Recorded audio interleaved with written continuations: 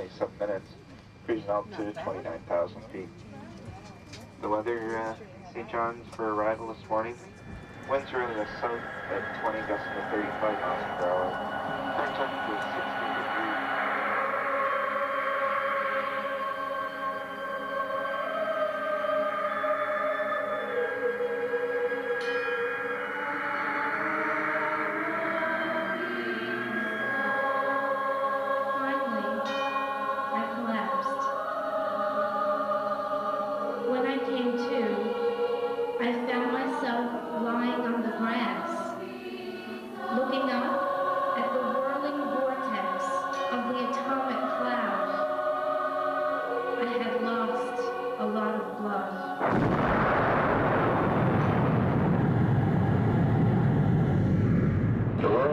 That the first atomic bomb was dropped on Hiroshima, a military base.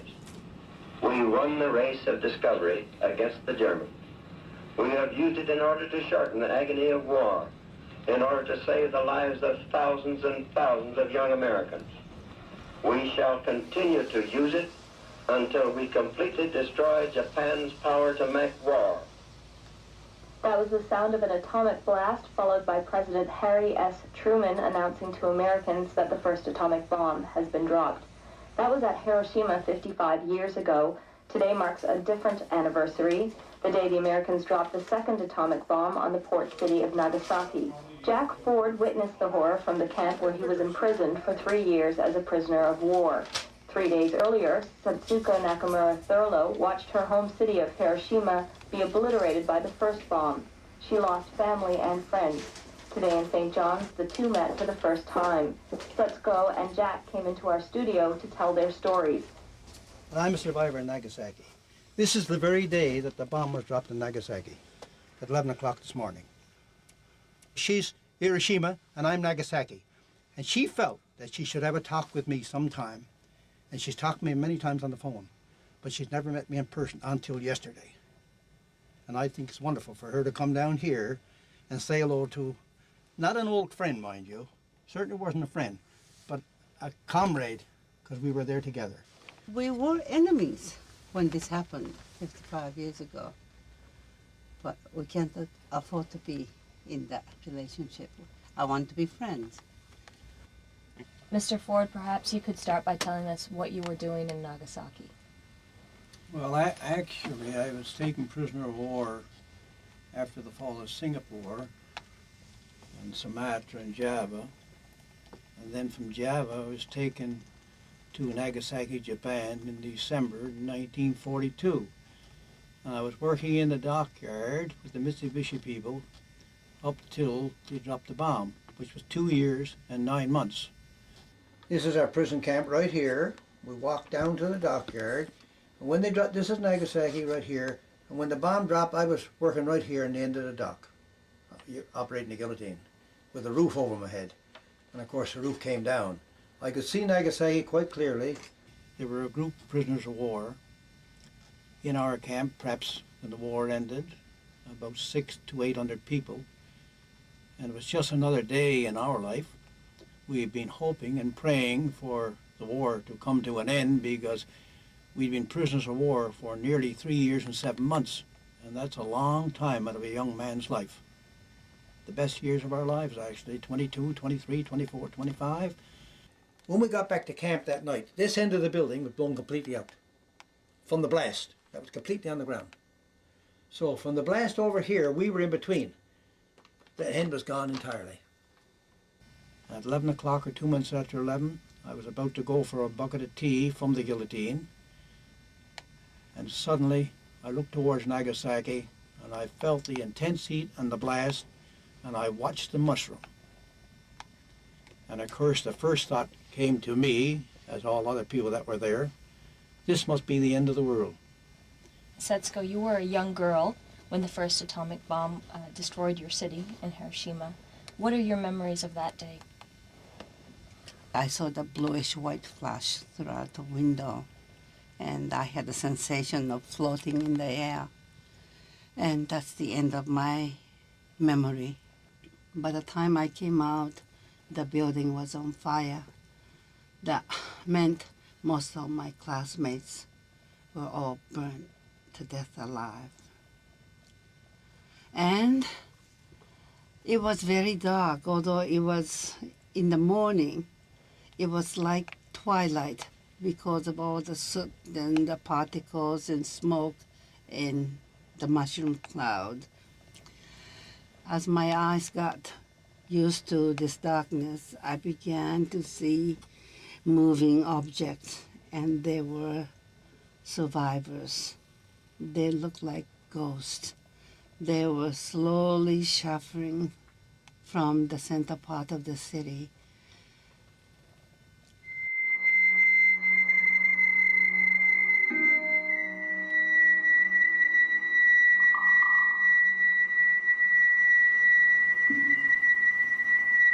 This is how we separated into two groups. The ones that were going to be safe and the ones that were going to be killed.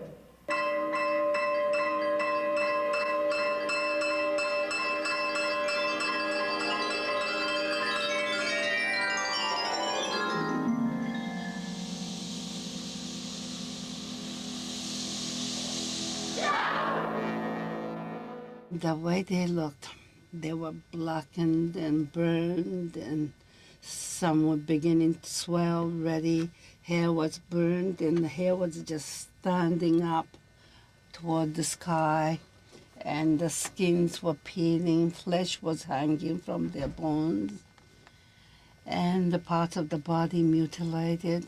And I saw some people's eye just liquefied or even popped out, and holding them, just indescribable seeing I witnessed. It was really hell on earth. There's no air raid warning sounded, there wasn't a thing. All of a sudden the city of Nagasaki was devastated, and we were told a few days after that as many as 70,000 people were killed instantly. I saw lots of fires, I saw lots of flattened buildings. I saw a terrible smell of human flesh. The stench was nearly unbearable. And this is coming from the bodies that had been burned in Nagasaki. That alone would turn one of ever thinking that this could ever happen again in a civilized world. A girl of about 20 came struggling up the road. Her clothes were in shreds, and her hair in disorder. Every inch of the ground was covered with the dead and dying people. I never heard anybody screaming or shouting or running. Nobody had that kind of psychological and physical strength left. They were simply, in very faint voice, asking for water. Water, please. The people who were outside, who were exposed to that heat, they were just scorched, you know, they were burned, and they became swollen beyond recognition. I could recognize my sister only by her voice. And my mother also noticed the unique hairpin she had. So that was the only way we could identify her as my sister. That's one kind of injury. But my sister-in-law, who was in the center part of the city, directing the high school students with their work to clear for the fire lane they were building, they simply melted, vaporized. We searched for her body for several days. We never found it. So she left 2 young children as orphans. My parents looked after them. We went to work for a week after they dropped the bomb. And all we could see was people making little carpenters to make little caskets for the people that were killed.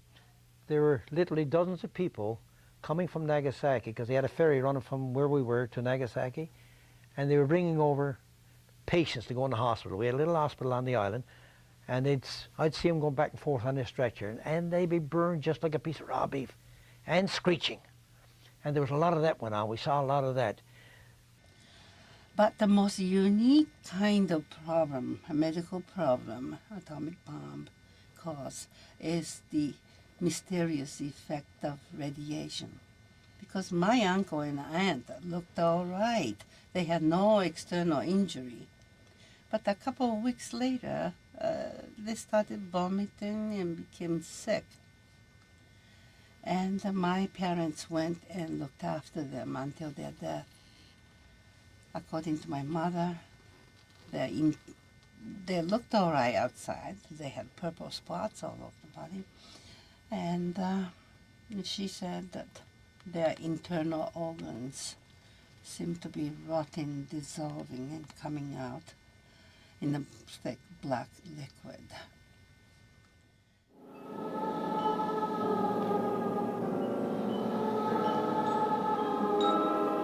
Take care of my little girl. Water. She begged me. Give me water. She It cried. was water and wailing, Mama. Where's Mama? Please take my child with you. Her arm was broken. The child was covered with red spots. It couldn't even cry. It just made gasping sounds in its throat. Then it began to have convulsions. 3 times the convulsion seized it, and the 3rd time it died. Serenity is a very powerful piece of music. It's probably one of the most profound pieces to come out of the 20th century. 7 children, 7 young children who describe their actual living through the bombing of Nagasaki and Hiroshima when the whole force came together the first time. It was more powerful even than we had anticipated. When we performed it, we had to stop at the end of it, and everybody cried. Having Mr. Schaefer come and explain it to them, and explain how he put it together, and spend time with the children in the choir, it was an experience they'll always remember. And to have him come and interpret it for them, and then to want them to present his work to the children of a city in Japan was just an amazing experience for the children. They were most thrilled to have Mr. Schaefer with them and to explain how he put it together and why he felt this was necessary, and how it was up to them, the young people, to never let the world forget what happened. And, you know, as hard as it was for them, it was necessary. Setsuko, is this your first visit to St. John's? Yes, indeed. And what brings you here? To meet Jack Ford. We have been talking over the phone. We have listened to each other. And I have been waiting for the first chance to come and visit with him. And I am delighted. How you doing? All right? Hello. This is my wife. How do you do? Pleased to meet you. At long last. Yes. It's been a long time since we started corresponding and talking to each other. You were worried about him, yes? I was, yeah. Well, I was missing for 18 months. Yeah. Missing in action, 18 months, yes. But I finally showed up anyway. Mm-hmm. Yeah. Young man. Yes. That's in 1940 in Blackpool in England. I went away as a young man. I came back as an old man. The situation we were at that time was very, very difficult. Yes. And we were trying our best to survive. Yeah. And out of the total we had there were a lot of people who didn't survive. Yes. And you didn't know what day that you were going to be the next on the list. And life didn't mean a thing to us while we were there. Had the war last another 6 months. Up to December of that year, of 45, a lot of us wouldn't have been here. We were down at 93 pounds, lower than that. I was 93. And we just had enough energy or strength to carry on our day-to-day work. Just couldn't do it. Now, I know they had a situation, they had a war to win. I know all about that. But there's no justification for being so rough to us. For starving us, no medical supplies. These are hard things for me to forget. Yes. But you can never forget. You never forget. You But never I do do. forgive them because I think there's Can only you? a few. Oh yes, I forgive them because only a few people did this, and I think they got most of them that were guilty.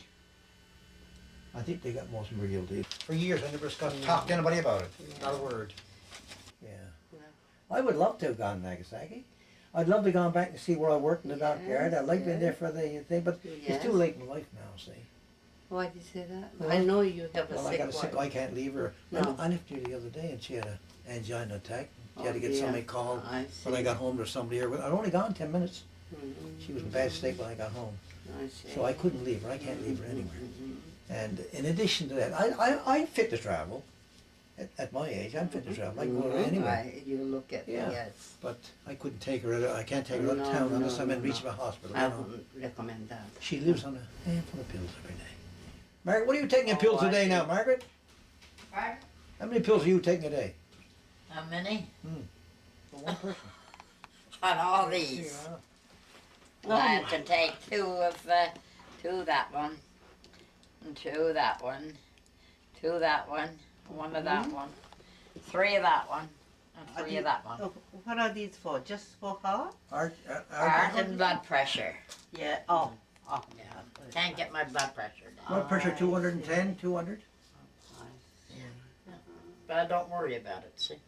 It's a good thing you don't. Yes. Yeah. Her blood pressure's way up. Mm. At the end of the war in Nagasaki, life didn't mean a great lot to me. After being there for 3 years and 7 months of prisoner of war, I couldn't care less what happened the next day. This all happened 55 years ago, more than 55 years ago now. Have the memories stayed as vibrant with you, as strong? Yes. It's important for me to remember because I consider it's my mission that instead of just keeping that memory to myself, but to share that memory with the rest of the world. Because we didn't just use 2 bombs and that's it. The problem became worse and worse and worse in the past 55 years. And unless humanity becomes smartened up and know what's going on, we are going to commit genocide ourselves. And we can't afford to do that. This life is too beautiful. The world is too beautiful. We have to preserve this for our children and grandchildren and the following generation. That is our moral imperative. I feel very strongly about it. For that reason, I keep talking about it. And every time I talk, I remember more vividly.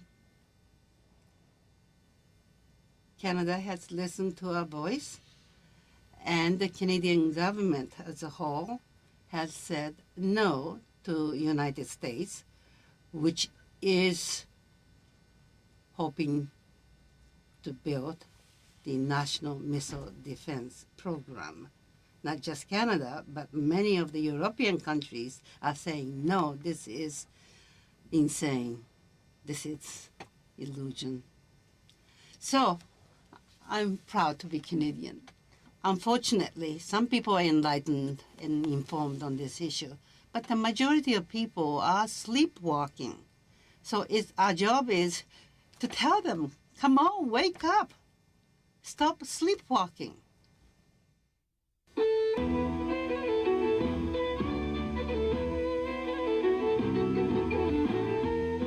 All across Newfoundland and Labrador, this is On the Go for Thursday, August the 10th. Good afternoon, I'm Allison Butler. Coming up on the show today, Disappearing Cities. Today we'll run part 2 of a conversation with Jack Ford and Setsuko Nakamura Thurlow.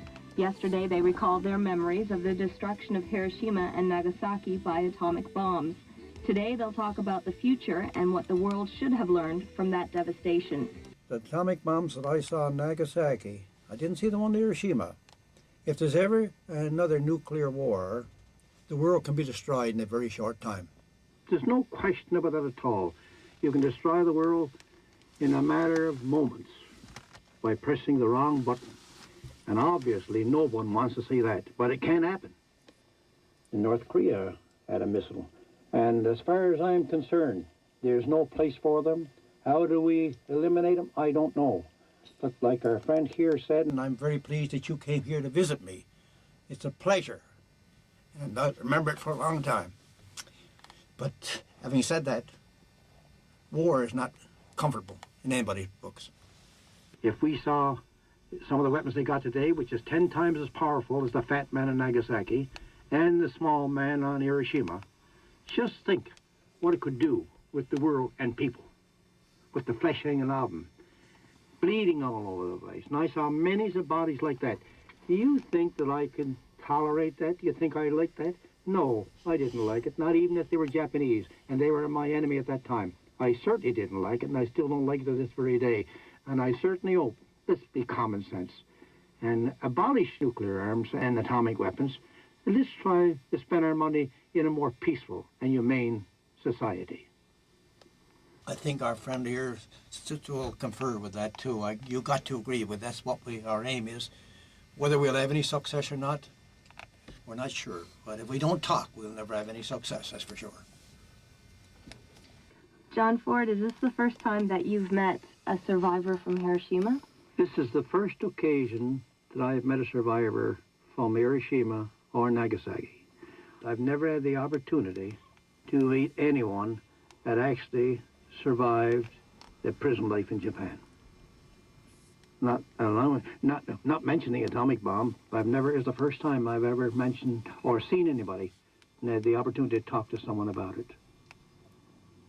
And my personal wish is that he would have the opportunity to go back to Nagasaki and see that city. I would love to go back to Nagasaki, as I told you a little earlier. I'd love to. But at my stage of the game now, I feel that it wouldn't be appropriate to be taken on. My wife is on in years, and of course, there's only two of us. And I've got to stay by her side as much as I can on account of her medical situation. 10 years ago, I think you mentioned to me about going to Nagasaki, and I would be most delighted to visit Nagasaki and see my civilian friends, perhaps, who I work with in the dockyard. They couldn't share any food with us because they had nothing to share for themselves and their families. But they certainly didn't mistreat us. Some of them could be alive today, but I would say the majority of them would have passed on because they were up in years at that time. But I would love to go to Nagasaki, a beautiful city. I want to thank the two of you for coming in today, and I'm sure that the next couple of days, spending time together is going to be quite meaningful and important to both of you. And I want to thank you for taking the time to come in this morning and speak with me. Thank you very much. It's been my pleasure to be with Tuto and also with the CBC here. Jack Ford was a prisoner of war in Nagasaki when the bomb dropped there 55 years ago. Setsuko Nakamura Thurlow was in Hiroshima when that city was devastated by the first atomic bomb.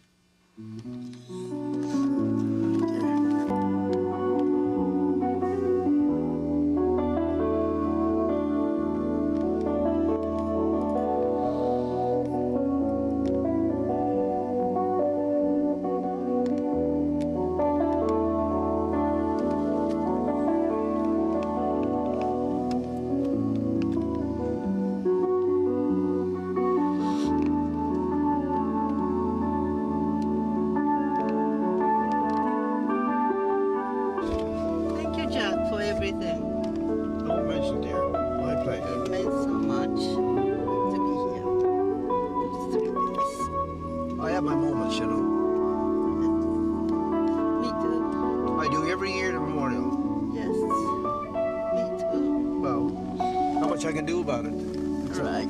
Yeah. And it's good we do have our moments too. It means we think. That's right. That's right. You're listening to And I'm glad we could do it together. Radio 1. Right. It's 3 That's minutes right. before news time.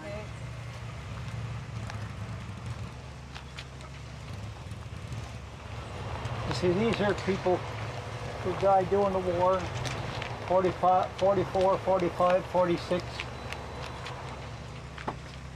Now, I buried most of these fellas. I say did the ritual over them. Just that I knew them were friends, and they asked me if I'd be kind enough to do the ritual over them. We thank them for their service, and we hope that the world is a better place to live because of them. They shall not grow old as we left it. As we that are left grow old. Age shall not weary them, not even. 27 minutes, cruising altitude 29,000 feet. The weather, St. John's for arrival this morning. Winds are in the south at 20 gusts to 35 miles per hour. Current temperature is 16 degrees.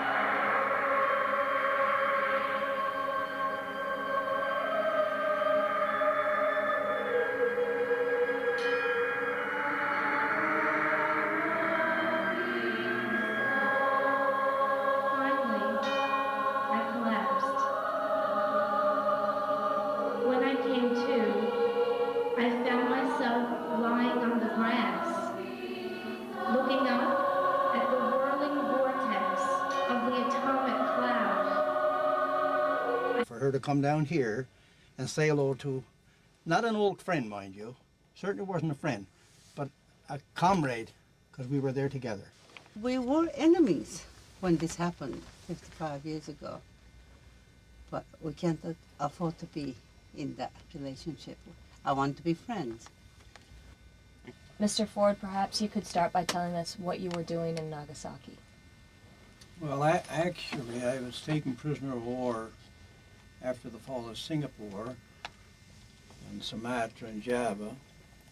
And then from Java, I was taken to Nagasaki, Japan in December 1942.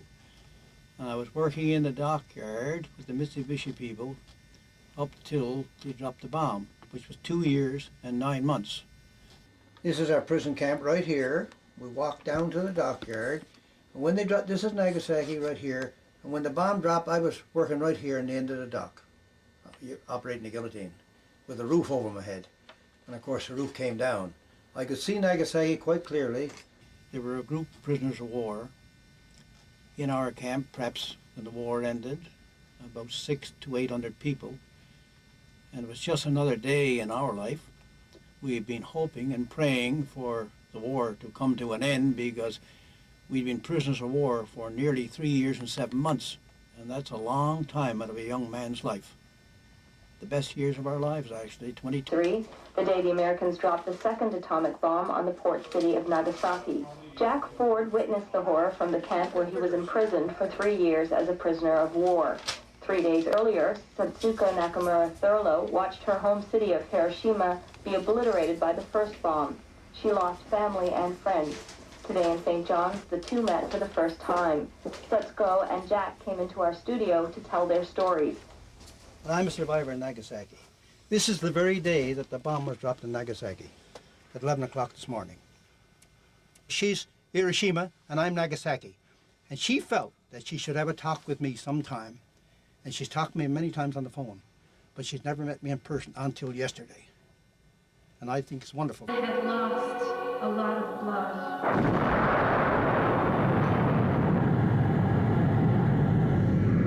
The world will note that the first atomic bomb was dropped on Hiroshima, a military base. We won the race of discovery against the Germans. We have used it in order to shorten the agony of war, in order to save the lives of thousands and thousands of young Americans. We shall continue to use it until we completely destroy Japan's power to make war. That was the sound of an atomic blast, followed by President Harry S. Truman announcing to Americans that the first atomic bomb has been dropped. That was at Hiroshima 55 years ago.